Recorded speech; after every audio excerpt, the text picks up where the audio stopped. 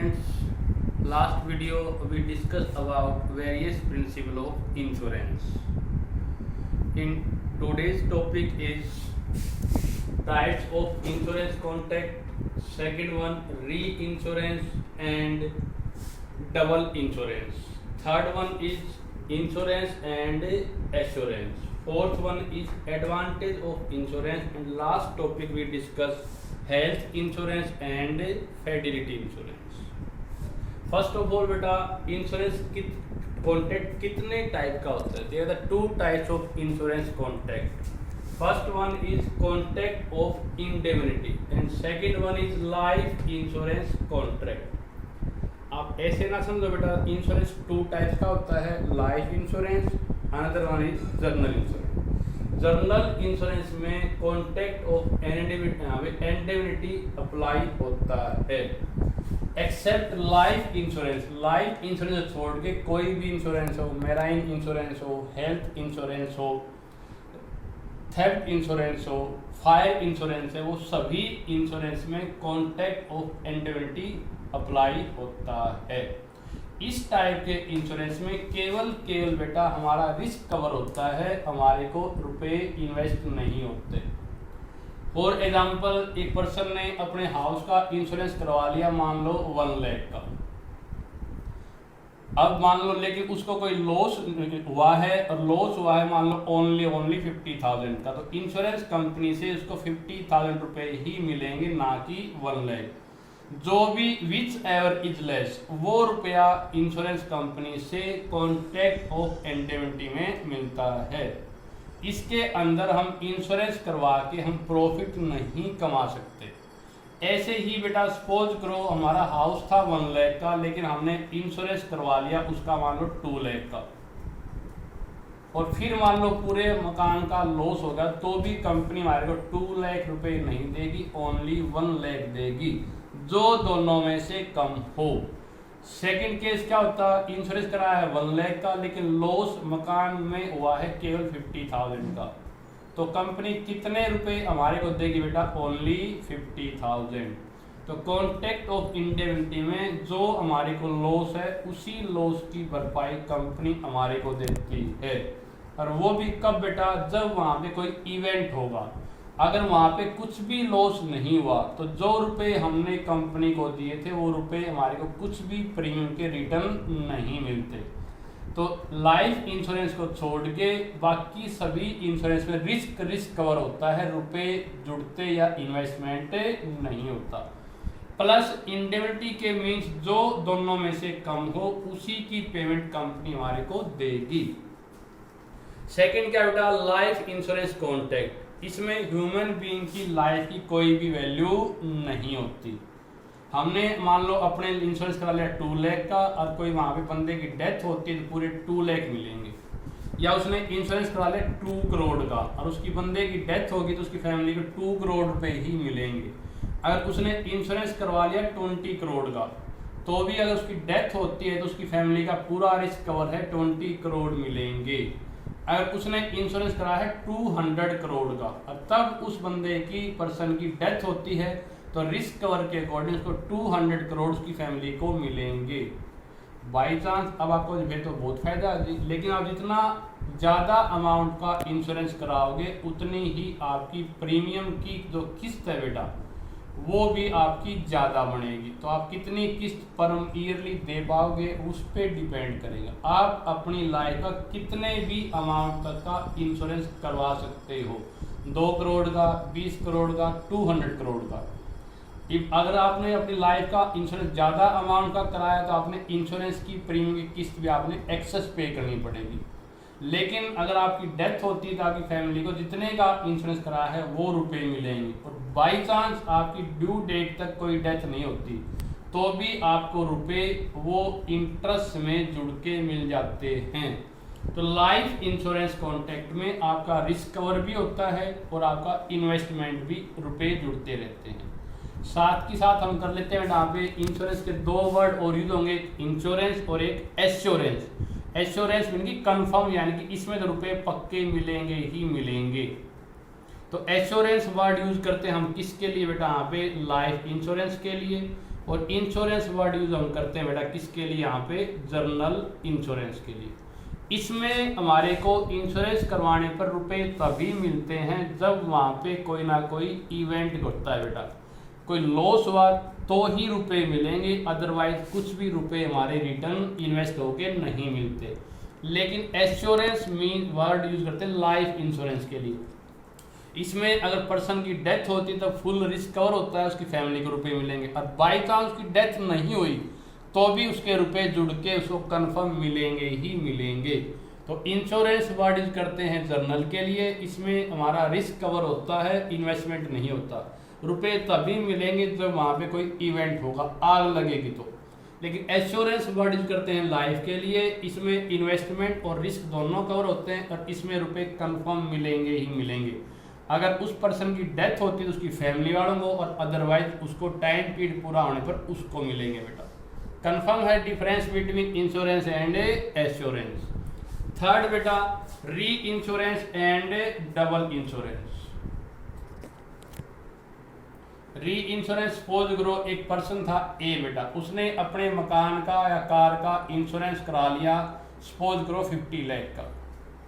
किस कंपनी से बेटा, न्यू इंडिया इंश्योरेंस कंपनी से। अब उस कंपनी को ये डर है कि अगर भाई मैंने तो ज़्यादा का इंश्योरेंस करा दिया, अगर उसके कोई लॉस हो गया तो मैंने पूरे के पूरे 50,000 लाख पे करने पड़ेंगे। तो इस डर को ख़त्म करने के लिए उसने कुछ इसी हाउस का दोबारा से इंश्योरेंस करवा लिया किसी अनदर कंपनी से। किससे बेटा, नेशनल इंश्योरेंस कंपनी से इंश्योरेंस करवा लिया न्यू इंडिया इंश्योरेंस कंपनी में, और उसमें से 50 लाख में से 30 लाख का इंश्योरेंस करवा लिया नेशनल इंश्योरेंस कंपनी से। किसने बेटा, न्यू इंडिया इंश्योरेंस कंपनी ने। और क्यों करा बेटा, अपने रिस्क को या डर को कम करने के लिए। अब सपोज करो उस हाउस के फायर होगी, आग लगी बेटा, तो ये इसको न्यू इंडिया कंपनी इसको पूरे 50 लाख रुपीस देगी, लेकिन इससे इसको कितने रुपए मिल जाएंगे बेटा, यहाँ पे 30 लाख। तो इसको कुल कितने रुपए का लॉस हुआ बेटा, ओनली 20 लाख।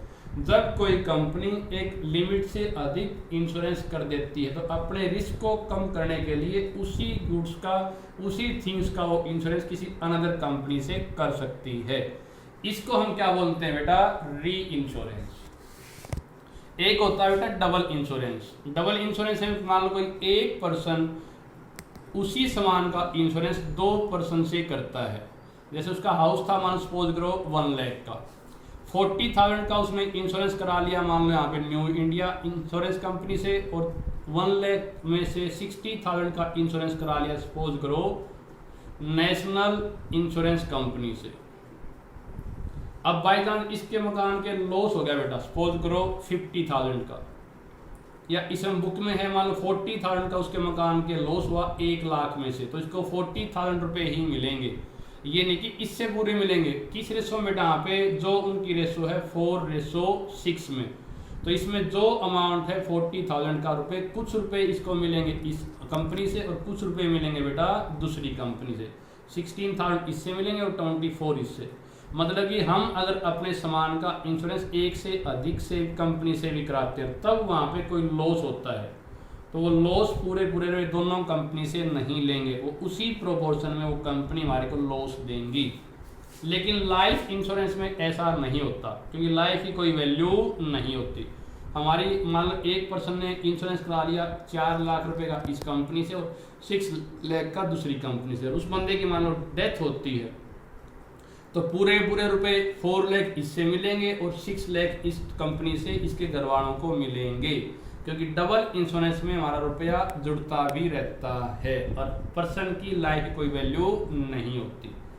क्लियर है बेटा। यहाँ पे री इंश्योरेंस जब कोई कंपनी अपना रिस्क कम करने के लिए किसी और कंपनी से इंश्योरेंस कराती है, और डबल इंश्योरेंस में इंश्योर्ड पर्सन एक सामान का इंश्योरेंस एक से अधिक कंपनियों से कराता है।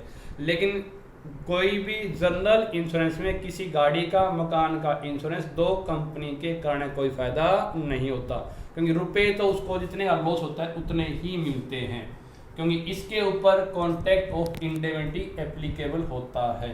डबल इंश्योरेंस का फायदा केवल किस में होता है बेटा, लाइफ इंश्योरेंस में। इसमें अगर उसकी डेथ होती है तो पूरे रुपए दोनों कंपनियों से मिलेंगे। फोर्थ टॉपिक हमारा क्या बेटा, एडवांटेज ऑफ इंश्योरेंस। इंश्योरेंस से क्या क्या फायदे हैं। एक तो बेटा हमारा रिस्क कवर होता है, गोदाम में सामान था, डर है आग लगी, कुछ चोरी होगी, तो उस डर को कम करने के लिए हमारे को इंश्योरेंस कंपनी हमारे को सुरक्षा देती है हमारे सामान का इंश्योरेंस करके। तो through insurance provide protection of risk बेटा, क्योंकि जितना रिस्क होगा उतना हमारे को फियर होगा, उस फियर के डर को हमारे को प्रोटेक्शन कौन देता है बेटा, इंश्योरेंस कंपनी। उसका इंश्योरेंस अगर कराते हैं तो, यानी कि इंश्योरेंस करने से हमारे को किसी चीज़ की सुरक्षा का हमारे को वहाँ पे एक किस्म से एश्योरिटी मिल जाती है। सेकंड क्या बेटा, इन्वेस्टमेंट एलिमेंट्स, ये मैं बार बार डिस्कस कर चुका। इन्वेस्टमेंट एलिमेंट किसके अंदर होता है, यहाँ पे लाइफ इंश्योरेंस में, ना कि जनरल इंश्योरेंस में। इसमें अगर पर्सन की डेथ ना हो तो भी रुपए वो जुड़ जुड़ के ड्यू डेट पे विद इंटरेस्ट उस बीमा करवाने वाले को मिल जाते हैं। थर्ड क्या बेटा, डिस्ट्रीब्यूशन ऑफ रिस्क।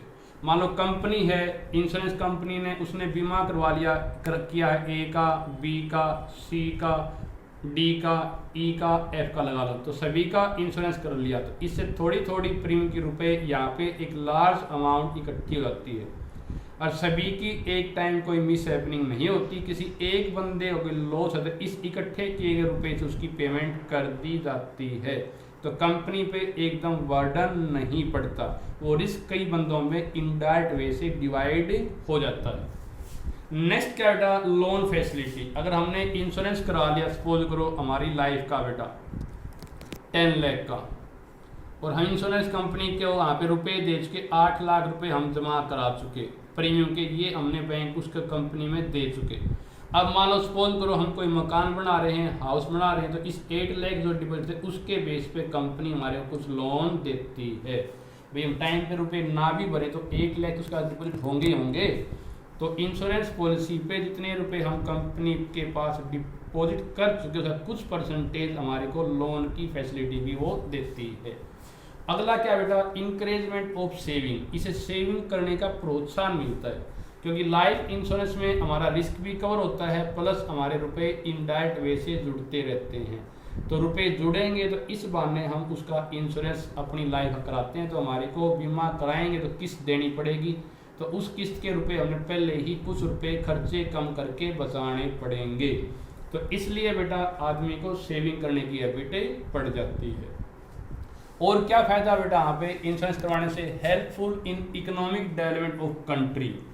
देश के विकास में लाइफ इंश्योरेंस या जनरल इंश्योरेंस हेल्पफुल होते हैं, क्योंकि बहुत सारे पर्सन हैं 1 2 3 4 5 ये सारा इंश्योरेंस कराते हैं, तो इसके बहुत सारा रुपया यहाँ पे इंश्योरेंस कंपनी के पास डिपॉजिट हो जाता है, और इस रुपये को कंपनी और किसी फैक्ट्री वाले को या इंडस्ट्री वाले में यहाँ पे अपना रुपया यहाँ पे इन्वेस्ट कर देती है।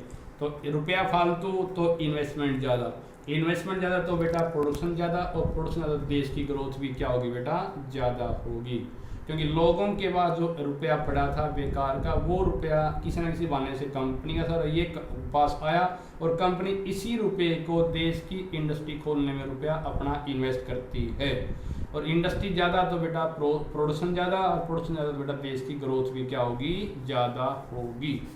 और क्या बेटा, मोर एम्प्लॉयमेंट। कितने इंश्योरेंस कंपनी, तो कितने लोगों को वहाँ पे एजेंट होते हैं बेटा, और कितने लोगों को वहाँ पे नौकरी मिलती है। तो जितना इंश्योरेंस का एरिया बड़ा होगा उतने ही लोगों को थ्रू एजेंट बहुत सारी नौकरी अवेलेबल होती हैं। और क्या एडवांटेज यहाँ पे इंश्योरेंस करवाने से, रिबेट इन टैक्स, टैक्स में छूट मिल जाती है, इनकम टैक्स में।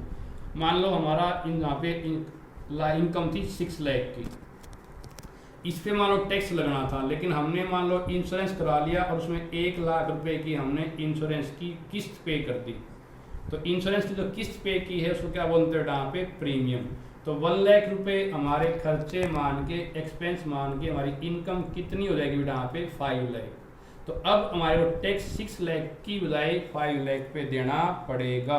तो जितना इंश्योरेंस कराते हैं उतना हमारी कंपनी या इनकम टैक्स वाले एक्सपेंस मान लेते हैं, तो उतने से इनकम कम, और कम तो हमारे को टैक्स भी क्या होगा बेटा, कम पे करना पड़ेगा। तो इसे इनकम टैक्स में छूट मिल जाती है।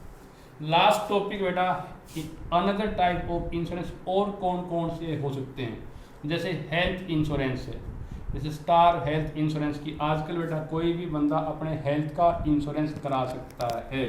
इसमें अगर कोई बंदा बीमार होता है, पर्सन बीमार होता है, तो उसके बीमार होने पर उसके रुपए कंपनी उसको देती है। और लास्ट क्या बेटा, फिडेलिटी इंश्योरेंस, यानी कि इसमें मान लो हमारी कोई गोल्ड की दुकान है और हमारे यहाँ पे जो एम्प्लॉय है बेटा, उनसे डर है कि कोई सामान चोरी ना कर लें, गबन ना कर लें, तो इस डर के हमारे हम कंपनी से उनके करेक्टर का या उनके डर का हम इंश्योरेंस करा सकते हैं। और फिर कोई बंदा अगर वो एम्प्लॉय फ्रॉड करता है, उस नुकसान की भरपाई कंपनी हमारे को दे देती है। Thank you.